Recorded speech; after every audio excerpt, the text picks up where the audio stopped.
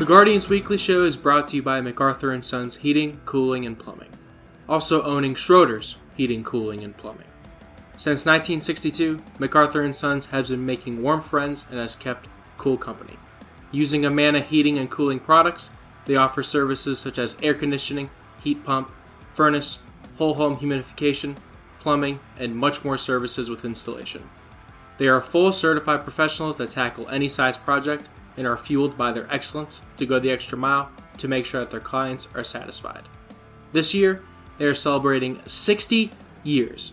So anybody that hears this gets an exclusive offer. Mention my show during your consultation, and if you purchase a heating and cooling system, you can get a unit central air humidifier, which is normally a $700 offer, free of charge. They are located at 1658 Broadway in Lorraine. For more information, visit macarthursons.com and shoot them an email at macarthurhvac@yahoo.com. You can also give them a call at 440-288-0261. Book your consultation today.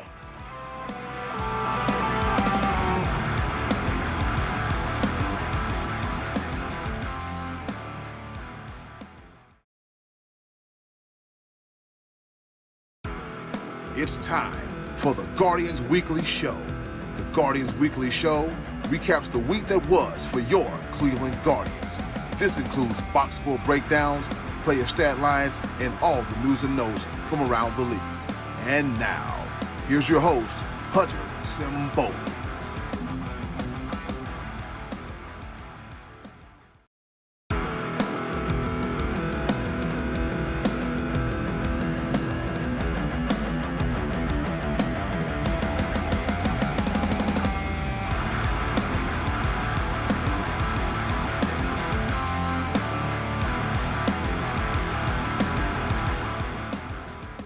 Welcome all to the Key on Sports YouTube channel. This is the 4th episode of the Guardians Weekly Show, brought to you by Macarthur & Sons Heating, Cooling, and Plumbing. I'm your host, Hunter Simboli. I hope you all had a great week this time around. My week, I can't really complain, but I can complain about the type of week, at least a tiny bit, that the Guardians had. Gonna leave it at that for right now, but thanks for stopping by to catch up on a week's worth of content surrounding the Cleveland Guardians. If this is your first time here, we go over a week's worth of Guardians games, as well as box scores, injury reports, stat lines, and much more. Toward the end, we will also cover some important news and notables around the major leagues, and a few other miscellaneous things as well that go from week to week. This week, we have a fully loaded schedule of 7 games to break down, the games being a 4-game series against the Los Angeles Angels in Anaheim, and a 3-game weekend series against the Oakland Athletics in Oakland. A little West Coast road trip to wrap up the month of April. Let's start with the game recaps by covering the first game of the week that was played on April 25th.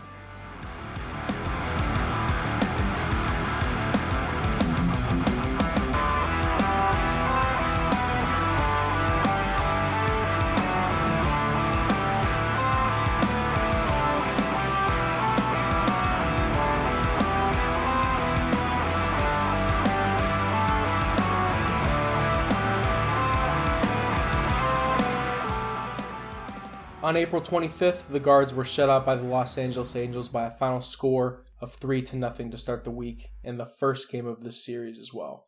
2 hours and 22 minutes to play, and 23,099 watched live in Anaheim. For the Guardians, 0 runs on 3 hits, no errors, and 5 left on base.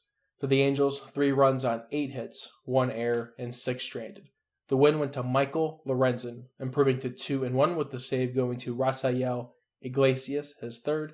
The loss went to Shane Bieber, who fell to 1-1 on the year. I mean, at the end of the day, this was a start for Shane Bieber that could have easily went the Guardians' way if they just gave him somewhat of any type of offensive production. But when you don't give your ace any type of run support, it's going to be a low-scoring game, at least for the first 6-7 innings. There was nothing really too impressive about this game whatsoever in terms of highlights. Taylor Ward single-handedly demolished the Guardians with the home run in the 5th and a 2-run bomb in the 7th, and that was it, really. There was, however, a debut for the Guardians, and he looked stellar, having 2 of the team's 3 hits being Richie Palacios. He also got his first hit being a single to left, and he got his first extra base hit of his career in the 5th with a double. He looks promising, I'm not going to lie to you, but our outfield out of nowhere has become, on the crowded side. People can make jokes for the last couple of years that our outfield has not been what other teams have, but when you look at this Guardians outfield, you have Straw in center and Kwan in left. I think those are the 2 ones that are kind of locked at this moment, unless Kwan just goes through a horrendous stretch, but I don't think that's going to happen personally. With that being said, do you put Mercado or Palacios in right? What do you do with Josh Naylor? Do you put him at first? Well, if you put him at first, what about Owen Miller? Obviously he has to be in the lineup right now. Do you slide Owen Miller to second? What do you do about Ahmed Rosario, Andres Jimenez? Point being, there's a lot to think about for this team right now, and that's not really a bad thing at all. I think this team is trying to find their identity and figuring out what they can do well. Historically they are a really good fielding team, but it hasn't shown early on just because I think of how young this roster actually is. They have a lot of speed. They don't usually generate a lot of power, just at least based on what I'm seeing. They do have some sneaky guys who have pop, though, including Jose Ramirez, but he's on a league of his own.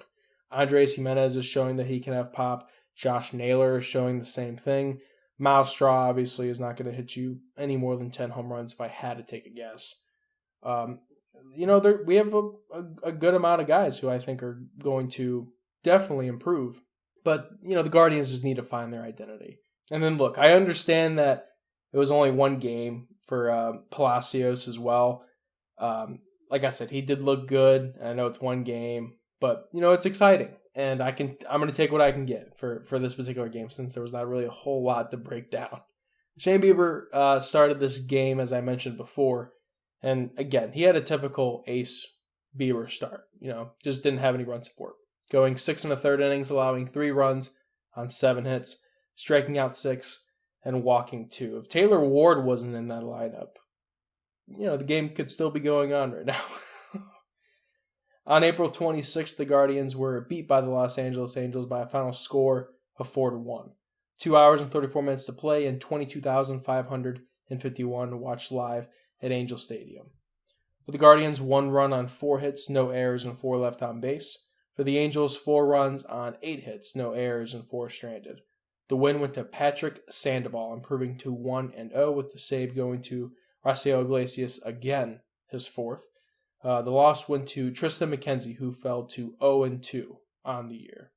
At the end of the day, looking at this offense for not only this game, but for the first 2 games, it looked pretty lethargic. Another one of those games where not really a whole lot happened. You had Brandon Marsh, who singled to center for an RBI in the 2nd, and then Mike Trout hit a 2-run homer to center in the 3rd. And again, Trout got another RBI with a double to left in the 5th. And then Jose Ramirez tried his best. He continued his reign with yet another RBI double to right in the 9th. But obviously the Guardians still fell by a score of 4-1. Tristan McKenzie started this game, and he grinded through 5 2/3 innings, allowing 4 runs on 7 hits, striking out 6, and not walking a batter. Another game this year where the Guardians, could have won with some offense, but that's been the story this year, either no offense or a ton. On April 27th, the Guardians were beat in a weird one by the Los Angeles Angels by a final score of 9-5. 3 hours and 12 minutes to play it, and 28,557 watched live. For the Guardians, 5 runs on 11 hits, 1 error, and 6 left on base. For the Angels, 9 runs on 14 hits, no errors, and 8 stranded. The win went to Shohei Ohtani, who improved to 2-2. The loss went to Zach Plesac, who fell to 1-2 on the year. Zach Plesac in this game did not look sound whatsoever. And at the end of the day, this offense pretty much, at least at this point in the season, it looks like it's just going to go straight through Jose Ramirez. If Jose Ramirez doesn't produce in some way, shape, or form, the Guardians aren't going to score runs. That's just how it looks. It's how it's going to be. Like, just take this for instance. In the first, the offense of this team being Jose Ramirez, at least for this series, towered a ball to right field for a 2-run shot to give the Guardians an early 2-0 lead.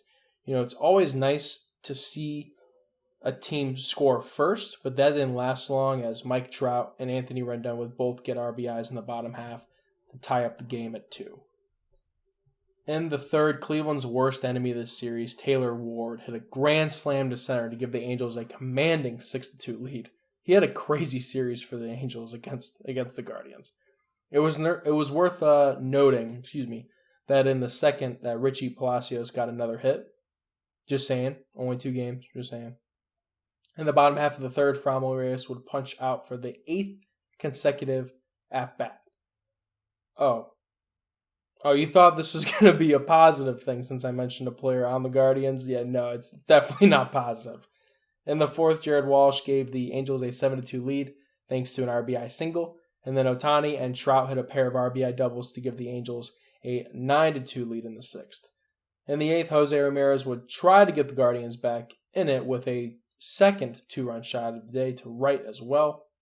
Myles Straw got a sac fly in the ninth, but 9-5 was the final in this one. They scored in the first and in the eighth and ninth. There's not any type of offensive production innings 2 through 7, which I think is maybe one of the reasons why they lost this game. I mean, this had the potential to be a slugfest, but if you're scoring in the first and only the eighth and ninth, and the Angels are just going to continually give themselves momentum, hard to win that game. Zach Plesac started this game, and he got ransacked by this potent lineup, going just 3 2/3 innings, allowing 7 runs on 7 hits. 6 of those being earned, striking out 2 and walking 3. On April 28th, the Guardians would lose their 7th straight and get swept by the Los Angeles Angels by a final score of 4-1. 2 hours and 35 minutes to play and 18,826 watched live. For the Guardians, 1 run on 4 hits, 2 errors, and 4 left on base. For the Angels, 4 runs on 6 hits, no errors, and 6 stranded. The win went to Reed Detmers, who improved to 1-1 with the save going to Raisel Iglesias again. His 5th. The loss went to Cal Quantrill, who fell to 1-1 on the year. Again, offense cannot do anything without Jose Ramirez, at least for this series, and the defense itself did not look good behind the starter as well, being Cal Quantrill. And the first, Myles Straw had a great play in center. I know I just talked about the defense not being good, but Myles Straw is one of the best defensive center fielders in the game. He caught a ball sprawling forward off the bat of Brandon Marsh. Again, he's the best defensive player we got, and I don't think it's close personally. I think second is probably Andreas Jimenez. Yeah, either that or Austin Hedges, in my personal opinion. 2 errors in the third resulted in 2 runs scored, courtesy of Cal Quantrill's bad throw to second and Owen Miller not catching a ball at first. You can't have that when you're just having a hard time scoring runs in the first place. From there, Taylor Ward singled on a fly ball to center, scoring one of those unearned runs, and Brandon Marsh singled to left for the other unearned run. Mike Trout grounded to a double play, but got an RBI in the process, with the score being 3-0. The Guardians right now, again, at least for this series, just did not look good on any side of the ball. Offense, defense, pitching. I mean, for the love, they had 11 errors in the first 19 games. They have to do better at some point, whether if it's the offense, defense, pitching, any way, shape, or form. Be good at any side of the ball to win some games. It's still early, but that's not an excuse for pitiful play. And I know it sounds like I'm going a little hard on this team, but April and May can be very important months. And looking back at some seasons for any baseball teams, if they finish, 90-72, for example, and they miss the playoffs, if you look at their April and May, they probably didn't do the best. Austin Hedges would homer in the 5th, but the Guardians would still fall to the Angels by a score of 4-1. Hedges had 2 of the 4 hits on that day for the Guardians, so if it explains the offensive woes, I don't know what can explain it other than that. Cal Quantrill started this game, and he would have had a better stat line if his defense as well as himself didn't hurt themselves with errors. Going 6 innings, allowing 3 runs on 4 hits, only one of those runs being earned, striking out 4 and walking 3. On April 29th, the Guardians won a back-and-forth battle against the Oakland Athletics by a final score of 9-8, snapping their 7-game losing streak. 3 hours and 21 minutes to play, and 12,910 watched live at the Oakland Coliseum. This is also the first game of this 3-game weekend series for them as well. For the Guardians, 9 runs on 11 hits, no errors, and 5 left on base. For the Athletics, 8 runs on 10 hits, no errors, and 5 stranded. The win went to Trevor Stephan, who improved to 2-0 with the save going to Emmanuel Clase, his third. The loss went to Domingo Acevedo. I'm hoping I'm pronouncing that right. He fell to 0-1 on the year. All right. This was a hectic game with a total of 5 lead changes. Jose Ramirez started off the day in J-Ram fashion with a homer to right to give the Guardians a 1-0 lead. He has really carried this team, if I'm being honest. There's a couple role players here and there that have won players of the game, at least in my eyes. But Jose Ramirez, every single day, feels like he's just trying to drive in runs, trying to get walks, trying to move on the base pads. He's just a 5-tool player, in my opinion. He really is. He's special. In the bottom half, the Athletics would rip 4 runs off of Aaron Savali thanks to a 3-run jack by Sean Murphy and a sac fly by Billy McKinney. From there, it gets ecstatic or erratic, to say the least. Now, I'm going to break this down on the slow side because this was a very interesting inning for the Guardians, being the 3rd inning.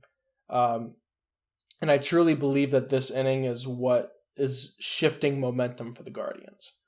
As some know, I deliver pizza a couple times a week, and if I can on the weekends, just for some side income. I listen to the games on the radio when I can, and the only day this week that I listened this time around was on this day being April 29th. So here I am delivering pizza, listening to none other than Tom Hamilton, one of the greatest play-by-play sportscasters of all time. I'll put him against anybody. Listening to this inning unfold, I had no faith in the Guardians getting runs whatsoever. I'm just being honest and transparent. This inning started with a single by Miles Straw. From there, a walk by Owen Miller, and then a walk by Jose Ramirez. Now, at this point, bases are loaded and nobody out. Again, I'm just driving, listening to Tom Hamilton kind of just describe what's going on to me, and I still really didn't have any faith. Again, bases are loaded, nobody out. Again, just in the 3rd inning of this game. Josh Naylor flies out to left for out number 1, didn't have a sac fly, was too shallow.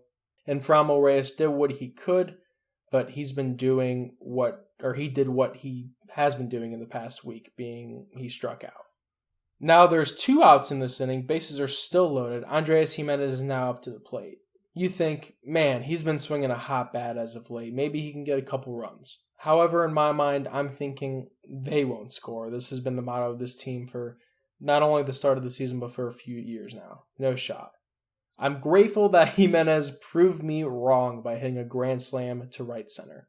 I couldn't have been more pleased to be wrong. Now, for those saying, oh, it was against the Athletics, anyone can beat their pitching, that's where you're wrong. This was a grand slam against Frankie Montas, who last year, if you didn't know, had an ERA of 3.37. This year, the opposition batted, before this game, a mere 181. He's legit, and the Guardians getting this off of him is a huge momentum shift from the 7-game losing skid they've been in, and it proved to be that as well, but we'll talk about that here shortly. From there, the Athletics would get 2 in the 4th and 2 in the 6th, thanks to a sac fly by Tony Kemp, an RBI single by Sheldon Noisy, and a 2-run triple by Sheldon Noisy. And in the 7th, the Guardians would come roaring back in this one with a 2-run double by the Jose Ramirez and a 2-run shot by the Josh Naylor. Emmanuel Clase struck out Sean Murphy to end it at 9-8. Overall, great game. This team will not often win shootouts like this, but again, this was a huge momentum shift. Huge. Player of the game is going to go to Andres Gimenez. No debate. Don't ask me why it's not somebody else. He went 3 for 4 with a grand slam and really woke this offense up from its deep, deep slumber. Aaron Civale started this game and he pitched awful, to say the absolute minimum at least. Going 4 innings, allowing 6 runs on 7 hits, striking out 3, and walking 1. Just a bad start for him, but luckily Trevor Stephan, Sam Hentges, and Emmanuel Clase came in to hold the Athletics to just 8 runs in total. On April 30th, the Guardians beat the Oakland Athletics by a final score of 3-1. 2 hours and 42 minutes to play and 6,707 watched live at the Oakland Coliseum. For the Guardians, 3 runs on 9 hits, 1 error, and 6 left on base. For the Athletics, 1 run on 8 hits, 1 error, and 6 stranded. The win went to Nick Sandlin, improving to 1-1 with the save going to Emmanuel Clase, his 4th and his 2nd in as many days. The loss went to Danny Jimenez, who fell to 1-1 on the year. A very straightforward game, but a great game nonetheless. Andres Jimenez started the scoring off on this day with an RBI single to center, scoring Oscar Mercado in the 4th. Sheldon Noisy has been a name that has came up a lot in this series, but he had a solo bomb to center in the 5th, and the game was tied at 1 until the top of the 9th when Richie Palacios pitched hit for Austin Hedges, and he got a 2-run double to center to give the Guardians a 3-1 lead going into the bottom half of the 9th. Emmanuel Clase did allow a double to Elvis Andrus in the 9th, but no runs scored because of that. Clase got the save, and the Guardians won back-to-back days, this one with the final score being 3-1. Richie Palacios gets the player of the game here, only having 1 at-bat in the 9th, but it was a clutch 2-run double that ended up winning the game. Shane Bieber started this game, and he's getting into a rhythm of his own, going 7 strong innings, allowing 1 run on 7 hits, striking out 7, and walking 1. This rotation and bullpen has needed a start like this after what's been going on the past week. On May 1st, the Guardians beat the Oakland Athletics by a final score of 7-3 to complete the sweep in Oakland. 3 hours and 13 minutes to play it and 14,945 watched live.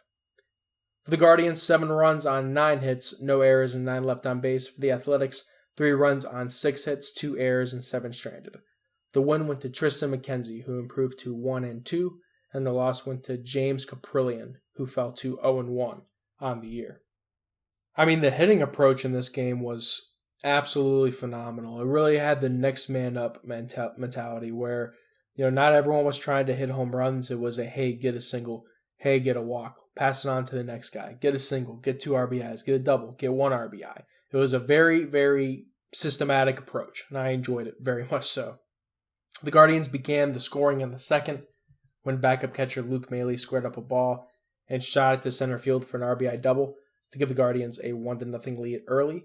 From there, the Guardians would go off in the 3rd, scoring 4 runs, including a 2-run single by Framil Reyes, an RBI double by Andres Jimenez, and a wild pitch by Jacob Lemoyne that ended up scoring Framil Reyes.